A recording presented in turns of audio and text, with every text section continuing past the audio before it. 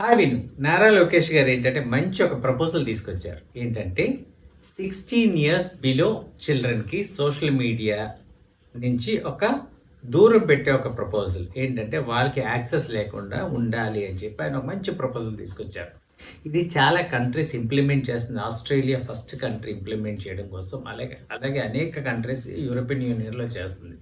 Parental guidance లేకుండా social media use చేయడం, అదేవిధంగా స్కూల్స్లో బ్యాన్ చేయడం కూడా చేశారు. ఇది చాలా మంచి నిర్ణయం. కాకపోతే ఇక్కడ ఏంటంటే మన యొక్క సెటప్లో అది అవుతుందా అనేది పెద్ద ప్రశ్న. ఏంటంటే పిల్లలు ఈరోజు వినే పరిస్థితిలో లేరు. Every one is use to this. వాళ్ళు దీన్ని లాక్కోలేరు. పేరెంట్స్ లాక్కుంటే ఇంకా వైలెంట్ అయిపోతారు.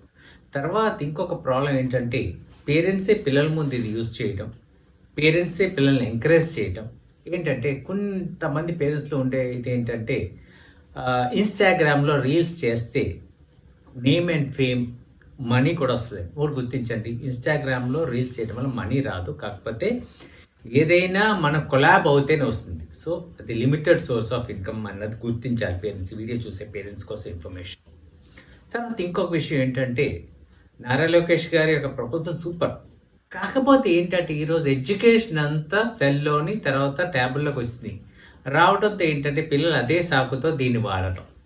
సో ఎడ్యుకేషన్ నోట్స్ రాయటమో లేకపోతే ఇంకొక దానికోసం అని చెప్పి దీన్ని యూజ్ చేయడం, అదేవిధంగా అదే విద్యార్థి వెంటనే సోషల్ మీడియాకి వెళ్ళిపోవడం.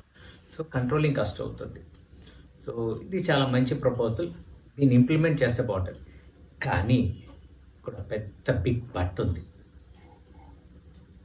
మన మినిస్టర్స్, మన ఎమ్మెల్యేలు, మన పొలిటీషియన్స్ మీ పిల్లల్ని మీరు కంట్రోల్ చేయగలరా? ఇది నా పెద్ద ప్రశ్న. మీరు చేయగలిగి మీరు స్టార్ట్ చేసి మీరు ఒక ఎగ్జాంపుల్గా ఉన్నట్లయితే చక్కగా మనం దీన్ని ముందు తీసుకెళ్ళచ్చు. మంచి ప్రపోజల్. ఎనీవే నారా లోకేష్ గారు మీ యొక్క ఈ యొక్క కాన్సెప్ట్ నేను మెచ్చుకుంటున్నాను. Let's do this.